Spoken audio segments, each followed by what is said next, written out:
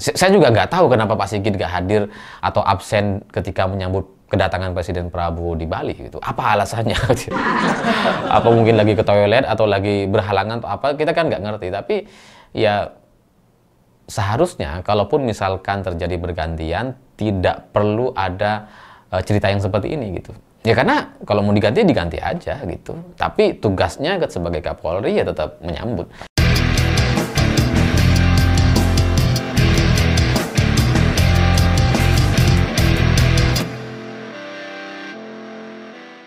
Selamat malam semuanya. Setelah reshuffle jilid pertama selesai dilaksanakan, hari ini orang kemudian mencari tahu atau mencurigai, bertanya-tanya siapa yang selanjutnya akan diganti. Dan ini semakin menarik ketika Presiden Prabowo tiba-tiba langsung datang ke Bali setelah menyelesaikan kunjungan kerja ke Qatar dan Abu Dhabi. Karena kedatangan Presiden Prabowo di tanah air di Bali itu ternyata tidak disambut sama Kapolri Listio Sigit. Hanya ada Panglima TNI, Kapolda, dan Gubernur Bali. Nggak ada Kapolri. Padahal umumnya, biasanya, Kapolri itu selalu menyambut kedatangan Presiden. Apalagi baru dari luar negeri gitu ya. Kunjungan-kunjungan kerja Presiden ke berbagai daerah biasanya ya disambut dengan Kapolri, salah satunya gitu. Biasanya selalu nempel tuh Kapolri, Panglima TNI. Dan ini nggak ada Kapolri gitu. Dan inilah yang kemudian membuat diskusi atau pembicaraan terkait pergantian Kapolri jadi semakin hangat gitu, karena muncul kabar bahwa surat Presiden itu sudah dikirimkan ke DPR terkait rencana pergantian Kapolri. Jadi sebelum kejadian Pak Prabowo datang ke Bali dan kemudian tidak ada Kapolri Listio Sigit, itu sudah beredar kabar bahwa Kapolri akan diganti dan sudah dikirimkan surat ke DPR dan sudah ada calon-calonnya. Jadi banyak orang kemudian semakin yakin bahwa Kapolri pasti dalam hitungan hari akan segera diganti, karena ya kemarin sudah tidak terlihat ada di Bali atau absen menyambut Presiden Prabowo. Jadi orang semakin yakin tuh, oh bener berarti kemarin tuh ada surat. Meskipun pada akhirnya surat tersebut ternyata dibantah sama pihak istana dan DPR. Dari istana mengatakan bahwa belum ada surat calon pengganti Kapolri ke DPR, dan DPR lewat Dasko juga menyampaikan hal yang sama bahwa belum ada suratnya gitu. Tapi ya kalau dari tanda-tandanya gitu bahwa Kapolri kemarin sudah tidak menyambut Presiden di Bali, jadi kayak kayak terlalu jelas gitu kan sebagai sebuah tanda-tanda bahwa akan ada pergantian Kapolri. Tapi ya mana yang benar kita nggak tahu, ya bisa saja suratnya sudah ada di DPR tapi kemudian dibantah nggak ada, atau pihak-pihak terkait nggak tahu bahwa ada surat sudah masuk ke sana. Ya pokoknya semua kemungkinan di elit itu di era rezim Presiden Prabowo ini semuanya cukup mengejutkan gitu, karena ya kalau berkaca kepada reshuffle kemarin kan semuanya kaget. Sri Mulyani masih meeting gitu ya, Budi Ari masih minta anggaran di DPR. Udah dipecat gitu. Udah diputuskan untuk diganti dan penggantinya sudah ditelepon sama pihak istana. Jadi pergantian di era Presiden Prabowo ini lebih mengejutkan, lebih cepat, dan bisa saja memang tidak diketahui oleh orang-orang gitu. Sehingga ya kalau sekarang ini sedang dibantah dan sebagainya, mungkin yang membantah ya termasuk yang tidak mengetahui adanya surat tersebut. Atau memang benar-benar belum ada suratnya, belum ada. Belum ada itu artinya ya belum, tapi akan. Dan kalau saya ngelihat dari urgensi atau kepentingan untuk segera mengganti Kapolri itu memang sebenarnya harus segera dilakukan gitu, bukan karena kemarin baru saja terjadi aksi demonstrasi dan ada insiden kasus pelindasan terhadap driver ojek online dan fakta bahwa seolah-olah Kapolri tidak mampu mengendalikan keamanan nasional gitu ya. Bukan hanya sebatas tadi, tapi memang Pak Sigit ini memang sudah waktunya diganti gitu. Karena banyak sekali alasan kenapa Pak Listio Sigit harus segera diganti. Yang pertama, misalkan karena secara politik dia dipilih sama Pak Jokowi di eranya Jokowi gitu. Ya, ini adalah Kapolri pilihan Jokowi.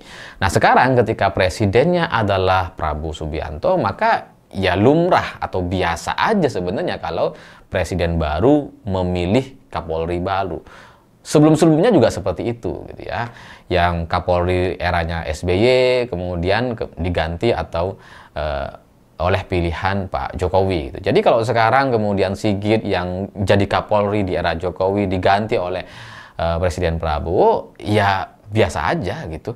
Emang sudah waktunya gitu, dan presiden itu punya punya hak, punya kecenderungan untuk memilih Kapolri yang sesuai dengan visi misinya atau sesuai dengan dirinya. Jadi ya kalau Pak Prabowo langsung milih Kapolri baru, wajar aja, biasa. Dan kemudian yang kedua, Pak Sigit ini sudah sangat lama jadi Kapolri. Kalau kita bandingkan dengan Kapolri yang lain, ini kan udah terlalu lama gitu, sehingga ya pergantiannya harus disegerakan supaya terjadi rotasi, pembaharuan dan keseimbangan gitu, supaya tidak terlalu lama. Karena kalau terlalu lama berada di sebuah kepemimpinan, apalagi di Polri gitu ya, ini kan bisa membangun satu kekuatan atau punya satu kelompok yang begitu kuat di sana, sehingga ya perlu rasanya untuk ada pergantian supaya kelompok ini tidak menjadi dominan, supaya tidak sangat berkuasa di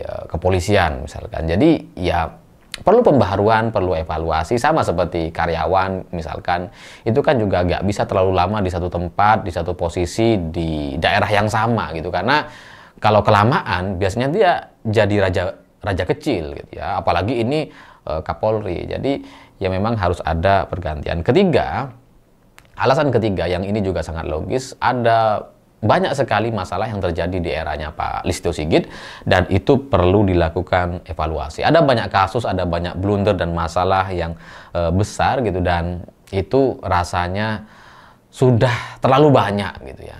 Kalau Kapolri sebelumnya tuh ada insiden, ada masalah, iya, tapi di eranya Pak Sigit ini begitu banyak gitu. Ya memang karena waktunya atau durasi kepemimpinannya memang sangat lama gitu, sudah terlalu lama.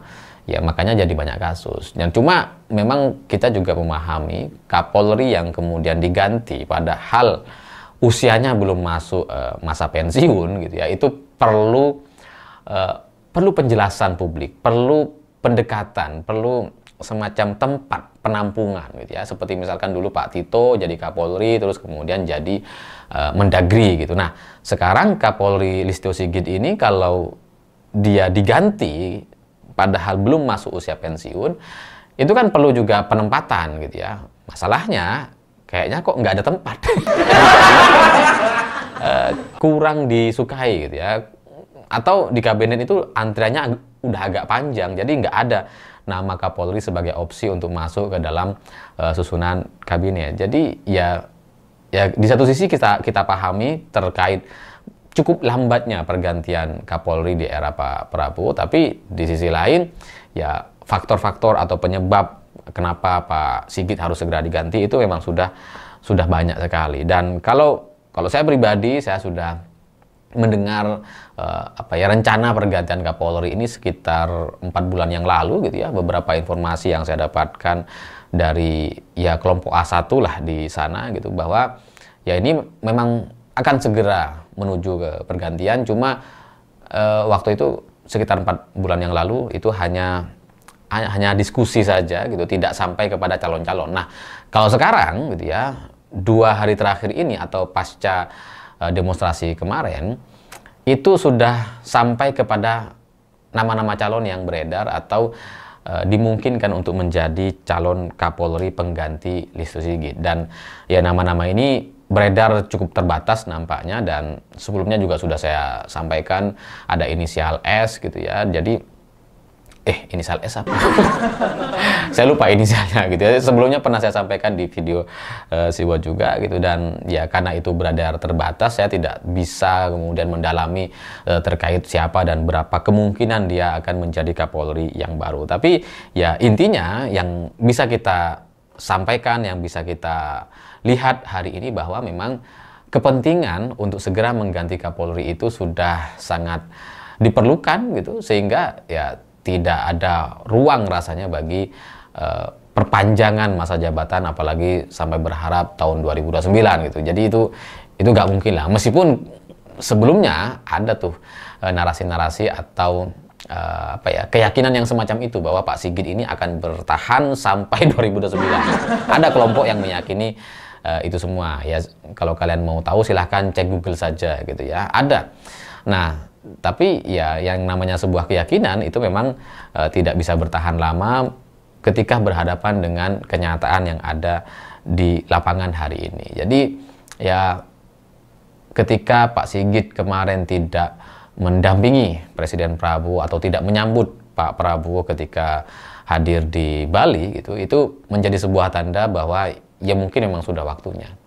Meskipun sebenarnya gitu ya nggak perlu begitu gitu ya. Saya juga nggak tahu kenapa Pak Sigit nggak hadir atau absen ketika menyambut kedatangan Presiden Prabowo di Bali gitu. Apa alasannya? Apa mungkin lagi ke toilet atau lagi berhalangan atau apa? Kita kan nggak ngerti. Tapi ya seharusnya kalaupun misalkan terjadi bergantian tidak perlu ada cerita yang seperti ini gitu.